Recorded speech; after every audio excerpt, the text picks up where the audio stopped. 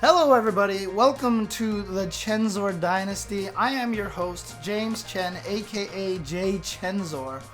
And you are watching this on twitch.tv/jchensor. This is the Chen reaction, where I just basically talk about issues in the fighting game community, whether it be drama or whatever, whether it be just fun, cool fighting game stories or facts, or anything like that. Talk about that for about 15 minutes, then I go into an Ask J Chensor segment where I answer questions and just basically chat and hang out with the viewers. It's really just become just kind of a hangout thing, but today on the Chen Reaction, I really wanted to talk about something. So let's just put it this way. This past weekend was the Tekken World Tour finals, right? Great storylines all year long, starting with Arslan Ash winning Evo Japan, coming from Pakistan, especially having his harrowed journey to get there, starving in the airport, he couldn't get in, and all these problems, and he finally made it there. I think he was like DQ'd in the losers bracket or something like that, and he still came and won all of Evo Japan. Fast forward to Evo Worlds, and sure enough, he repeats the feat there, defeating Ni in grand finals. Ni, who had just basically been one of the most dominant players of the last 2 years in Tekken 7.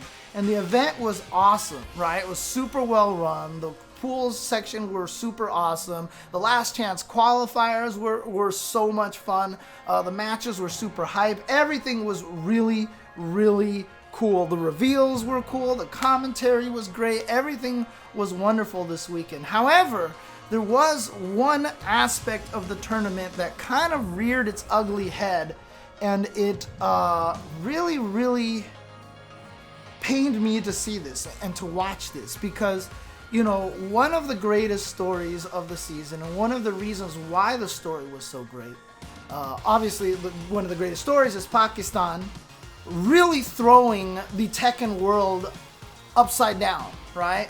Pakistan came in here, Arslan Ash started killing everybody, Awais Honey, Atif Butt came in and started beating up people. There was just more and more players from Pakistan starting to make a name for themselves.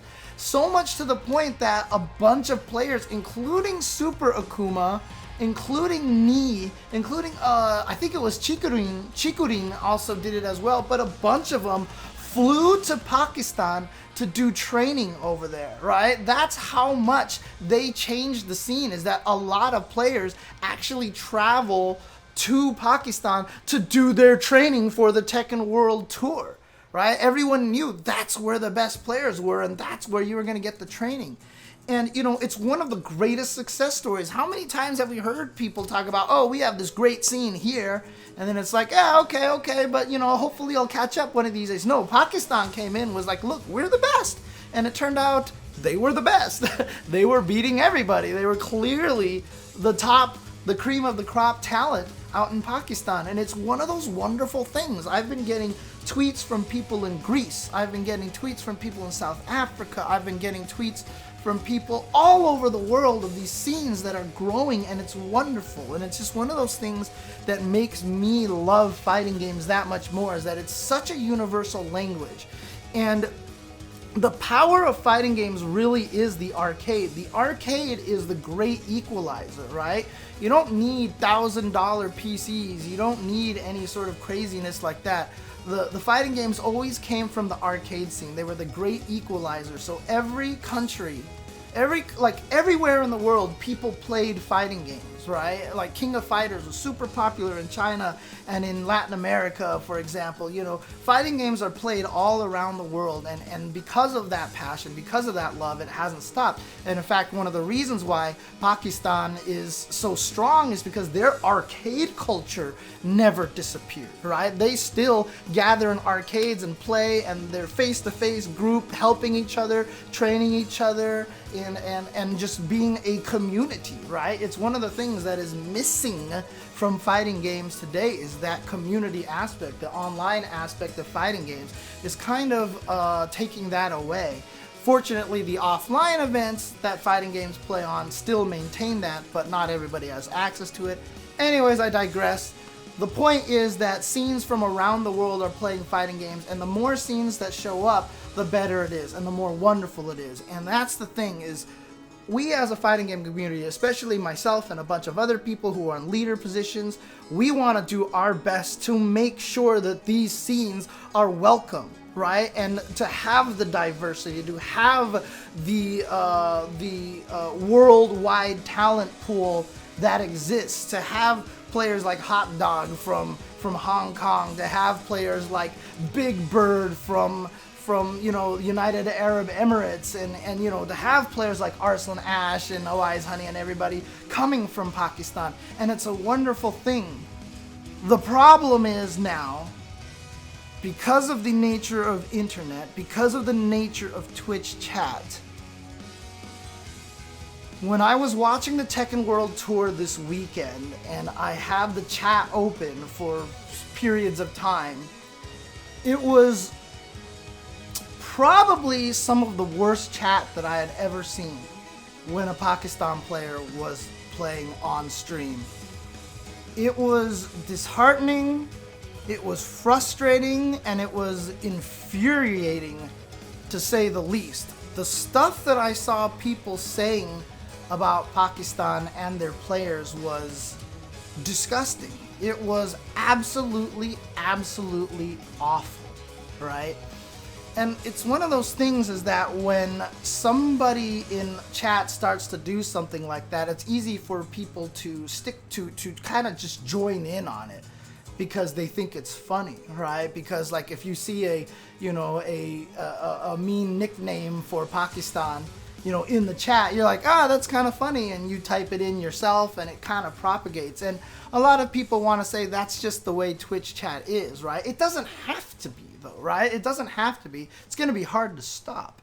But that's just the thing, right? There's so many layers of this, and it's frustrating, and I'm hoping we can fix this, because there are enough people out there. See, here's the thing, right, is that the people who are willing to be racist, the people who are willing to say mean things, are always going to be louder than the people who are not going to be saying those things. So people like me are sitting there reading the chat, and we see all the vile and just horrendous things being said in the chat, and we don't say anything, right? I'm guilty of this too. I feel like this is the problem, right? The people who are not racist, the people who aren't jumping in on this, on the casual racism, are not the ones that are going to be typing in the chat. But I feel like that this kind of thing might have to start. Like, I feel like we're going to have to start calling these people out and stop doing it. I mean, there's a lot of levels to do this, right? So obviously mod work needs to be better. Like the Tekken modding, the Tekken stream chat modding was underwhelming, to say the least. There was so many things that they could have just banned. Now the chat is going very fast, so it's very hard, but there's definitely needs to be work done that way. However, there is also the reason why I bring this up, because I'm not going to change the opinion of all the racists out there. I'm not going to change the opinion of a lot of people out there. They're going to just do what they're going to do, and hopefully, you know, the way to stop them is to increase the moderation and stuff like that. But the second one is, a lot of times you might not even be aware that some of the things that were being said were racist, right? Like, you know, just calling out the country, or just calling them washed up already, calling Arslan Ash washed up after just, you know, one tournament where he, you know, was in one of the hardest pools in history of Tekken and didn't quite qualify out there, even though he's in the top 20 in the entire world, you know, and just the people that seem to kind of revel in that, I think, was really annoying. Yeah, so Mr. Skinner says when people kept saying Flukistan, Chokistan, those kind of things like that, and those things just, you know, at this point in time, there's no reason to. I mean, you know what? It happens for every country. Whenever all the U.S. players were losing, it's definitely land of the free, USA of the free, blah, blah, blah, blah, blah, all that kind of stuff. I mean, all of that doesn't really have any place in the chat. You're not going to stop it. You're not going to stop it, right? And like I said, my goal here is not to try to fight a lot of people from doing this kind of thing, right? That's impossible. the point is, what I'm trying to appeal to is the people who aren't aware of that, right? So it's kind of fun to make fun of the USA whenever they're doing poorly, right? I get it, and but here's the thing: it's fun to make fun of all the countries, Pakistan, whatever. But the thing about it is, when you're doing that, you're leading into the racism, right? It's the casual racism that's the most dangerous thing, from people who aren't aware that it's actually happening, right? It's the casual racism that's the hard part. We aren't going to stop the people out there who just want to be mean, just for the sake of being mean because they're on the internet and they're anonymous. But for those of us who don't have the intention to be mean, but think it's funny and just type Chokistan in the chat or whatever like that, just because they think it's funny or whatever like that, maybe take a second to think about it again and just consider maybe this is not the best course of action, right? The other thing to do is to call them out a little bit more. The other thing to do is to also try to type in some more positivity in the chat, being like, Pakistan did so strong in this tournament, because they really did. They played amazingly well, and they came out in full force too. They have a lot to be proud about. That country single-handedly threw everything for a loop, right? They really turned the entire Tekken world upside down, and that's not gonna happen very often. Like, that could be a once in a decade occurrence that a storyline like that is going to happen, right? And so, if you're one of those people who does things like that casually because you weren't aware that it might be racist, because sure, like I said, people call land of the free you instead of like EU or whatever like that, or if you say stuff like Chokistan or whatever like that, what happens is when you're talking smack about the US, that encourages people to talk smack about the other countries.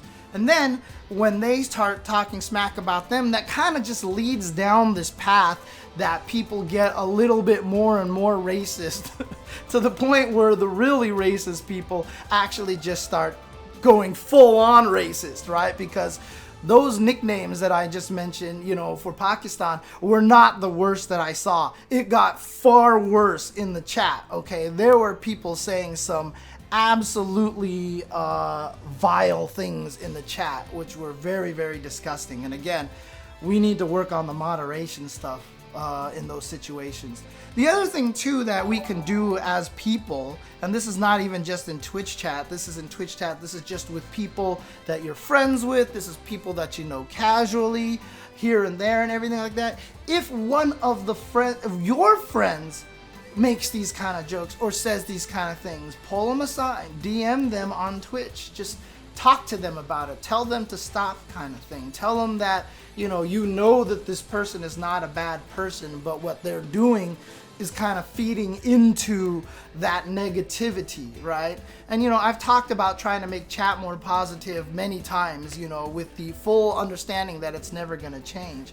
But little by little, we can do what we can to help, right? We can try our best to fix things, because to me the most damaging thing is just when other people come in and watch these tournaments, they see the vile things that people are saying in the chat, and that really doesn't make our community look very good, right? Like if you're Pakistani and you haven't heard about this and you're like, whoa, I've heard about like these guys coming in and doing super well in Tekken, and now like everybody's playing with them and they're like part of the scene, hey, I'm gonna go watch this tournament because I'm proud of my country, and then they turn it on and this is the chat that they see, it's just gonna drive people away. It's just gonna hurt them. Now, again, this is why everybody turns off chats, right? This is why everybody turns off game chats. And yes, absolutely flashy flash that, riot chats can be far worse. And again, having things able to be far worse is not any reason not to try anything, right? They have, and exactly, WaveGen, they have nothing to be ashamed of, right? These players did so well. They played so well, and what I really hope is that the Pakistani players really do come away feeling welcomed, feeling involved, feeling like they're a part of the conversation right now. Yeah, none of the Pakistani players made the top 8, but again, the format by which the Tekken World Tour is run is a very, very difficult format. Having round robin makes things a lot harder to perform well. So, yes, this is absolutely true, crypto logic. In the US, people talk trash about other football teams. In the UK, people talk trash about other football teams. It's fun and part of the sport. Maybe it's not racism. Maybe it's nationalism. I mean, that's just the thing, right? I mean, like I said, those nicknames were the least offensive part of everything. My problem is that it leads to an avalanche, a snowballing effect. Because like I said, some of the things that I saw people say were absolutely vile, right? These are things that you would not say to somebody in public. Like, you just wouldn't say these things in public because you know everybody, like, you would probably get in trouble. But because of the way that the chat is, it's frustrating, you know, because of the anonymity that they're able to do. And it's just a tough situation. Again, there's no easy way to fix this, right? We're not going to fix this overnight. In fact, we'll probably never change it. It's probably going to be like this for pretty much ever. But the only thing, again, I know I've said this before in previous talks, it's probably going to sound a little repetitive. If we can try to combat the negativity with a little bit more positivity, or if we can just little by little try to spread the awareness around, you know, hopefully that does fix it a little bit. I mean, even a little bit of change is better than no change at all. Yeah, and that's the worst part about it, right, Choi Sauce? Like, when you're at a fighting game event, personally, it's fantastic. Everybody is great. Everybody is friendly. Like, fans are everywhere. Like, you know, Arslan probably got so many photographs with a bunch of Tekken fans and everything like that. It's such a different environment in person. And I've heard a lot of people say they don't want to go to fighting game events because they read the chat, they think that's what it's like, and so they're like, oh, no, I'm not going to go. This place is absolutely toxic and vile. But that's not the case. In person, it's actually fantastic, right? And yeah, stream monsters just enjoy being negative and shitting on everything, right? So, and Colt Steel says culture change is the only long-term way to adjust it. And again, that's a world problem. It's not a fighting game community problem. We're not gonna fix it. We're not gonna change, culture clashes and stuff like that. But like I said, I feel like we can do. Everybody can just do their little bit. Everyone can do their little part. We probably need to increase the mod tools and stuff like that. But you know, one thing I just want to. The reason why I bring this up, even though I can't fix it, even though none of us can really fix it or anything like that, is just because I want to make sure this doesn't go unnoticed. Right? This is just something I want to call out because, you know, it was happening and it was awful and it was terrible.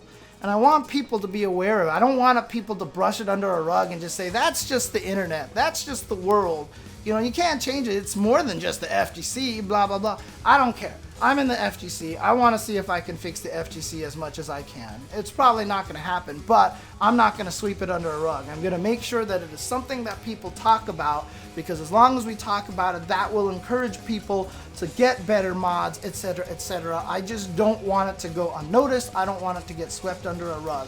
And it sucks that one of the first things I talk about is a negative aspect, you know, from a wonderful, wonderful weekend, and I don't want that to take. I don't want this to take anything away from the Tekken World Tour being just an absolute amazing event as it was every year. I don't stay up and watch a lot of events. This one, I made myself stay up. Like I said, I watched throughout the whole entire thing because it was super hype. It was super exciting, and I enjoyed it so much after I turned the Twitch chat off, okay? And I will say that that helps you enjoy the experience that much more. So, but basically, that's all I wanted to do. I just wanted to make sure that I, you know, addressed it, I brought it up, and maybe we can have people talk about it a little bit more. You know, maybe it will start a conversation amongst people. It's just frustrating for me to see that kind of thing happening in the chat, and you know, fearing for people coming in and seeing it and seeing how awful it is. You know, I really, really wish Twitch would change it so that their chat was by default off for guests, with a button on it that says warning, chat is no, like, can be, you know, we cannot control what people say in chat or whatever like that, you know, blah blah blah. Just put like a little bit of a warning there so that you have to opt in or something like that. I know Twitch doesn't want to do that because chat is one of their biggest selling points. But, you know, for casual viewers, you know, if you come in there, you can create an account and in your account settings say always accept, right? But for people coming in and casually viewing without an account and are just there to watch, it should always be an opt-in option. But if you are already have an account, then you should have an ability to set that setting in your settings so that you don't ever have to click that and jump in there and stuff like that.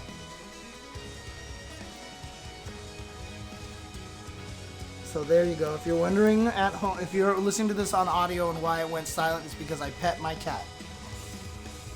So there you go. Good girl. Good girl. Look at this. Yeah, and Super Dude Guide, see, that's the thing, is you can craft this chat, but that's also because we have 150 viewers in this chat, right? If this ever got to the point where I got to, you know, 5,000 viewers in the chat, trust me, it's gonna start getting a little vile. You can't control it, but you can try your best to craft it. I can mod the right people to actually do a good job of fixing a lot of this stuff. You know what I mean? I know which of my viewers have been here a long time. I know who I can trust. I know who thinks the way that I think. And so I know who I can bring in as mods for stuff like that. So it's just one of those things. And yeah, you can discourage the kind of users that you don't want. And it's possible. It is impossible for something as big as Tekken and Street Fighter with a lot of casual people running in there. But with some proper mod work, I think it can be done. So in any case, I'm going to go ahead and take a small break here. So for those of you watching on YouTube, if you want to continue this discussion with us, check out the basically part 2 of this video on the channel. Basically, I'll be talking to the stream chat a little bit more about it and Q&A about all sorts of other random things as usual. If you're here watching on Twitch, don't go anywhere. We'll be continuing right away. If you're listening to this through just the audio, again, there'll be a short little audio break, but then we'll come back for the next section. Again, this is twitch.tv/jchensor. I'm James Chen. Thanks, guys, for listening. And I'll see you next time on the Chen Reaction.